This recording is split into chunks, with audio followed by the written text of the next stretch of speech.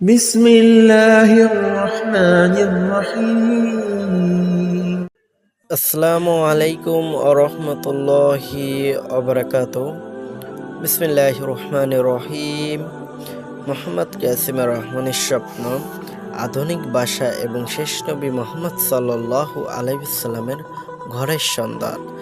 এখন অনেক এক্সি নিয়ে বাস ধীরে গতিতে চলে, বাস অত্যন্ত চলন্ত, তাই আমি সন্তুষ্ট বোধ করি।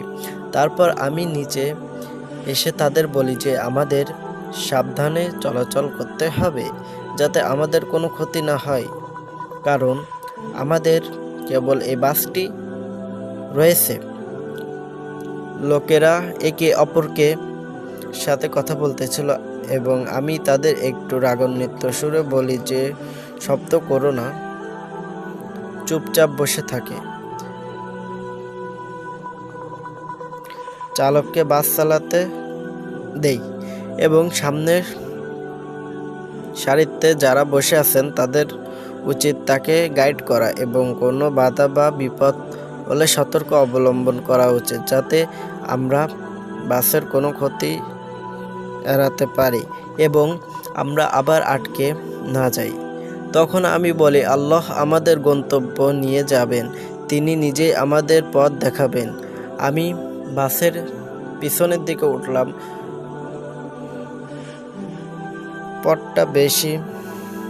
রাস্তাটা বেশি কঠিন ছিল, অনেক বাধা পাড়িয়ে বাসে উঠতে হয়েছে।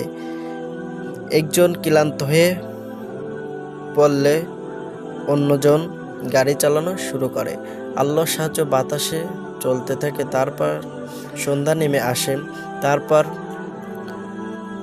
সাথে সাথে রাস্তাটি খুব বিষণ্ণ হয়ে যায় এবং উভয় পাশাপাশি বাড়ি এবং দালান দেখা দিতে শুরু করে। আমি আবার ছাদে গিয়ে জানতে পারি যে এটি একটি শান্তিপূর্ণ জায়গা এবং বাড়ি এবং ভবন আলো জ্বলছে। তখন আমি সেই ঘরবাড়ি ও ভবনের উপরে আলো দেখতে পাই। এটা দেখে আমি বলি, এখানে আমাদের পৌঁছাতে হবে।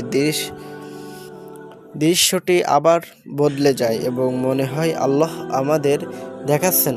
বাসটি রাস্তায় চলছে এবং রাস্তাটি একটি শেষের দিকে আসছে, যেখানে এটি আরো দুইজন রাস্তা বিভক্ত হয়েছে।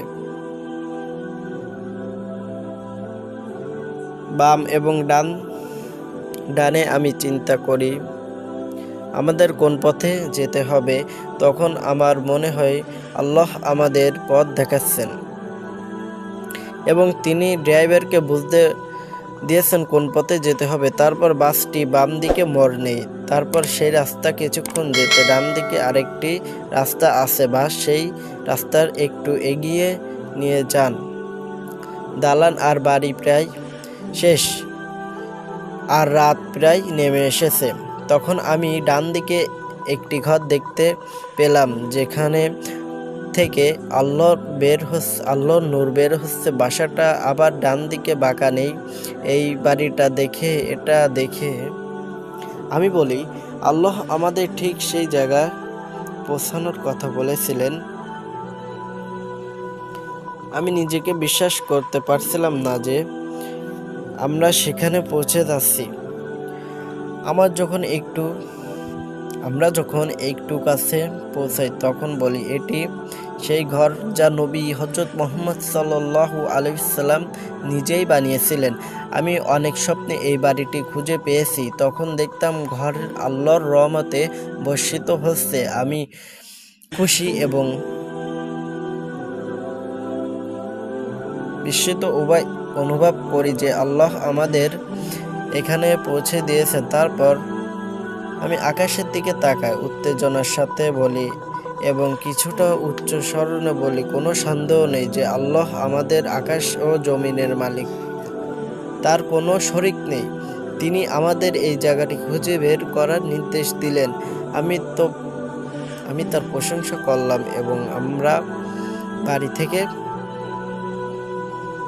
বের হলাম।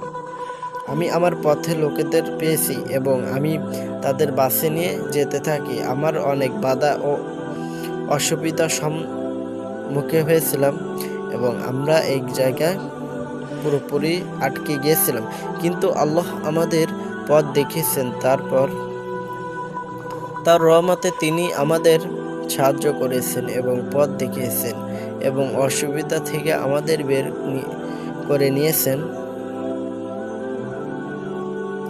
অবশেষে আল্লাহ তাআলা অনুগ্রহে আমাদের এই স্থানটি পৌঁছে দিয়েছেন। আলহামদুলিল্লাহ, আল্লাহ তার কথা প্রমাণ করেছেন। নিঃসন্দেহে আল্লাহ কাজের উপর তার দৃশ্য শক্তি আছে। বাড়ি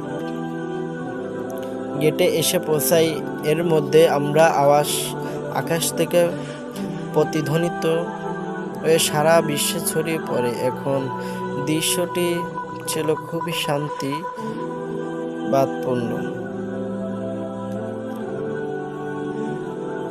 তখন দৃশ্যটি খুবই আশীর্বাদপূর্ণ মনে হলো।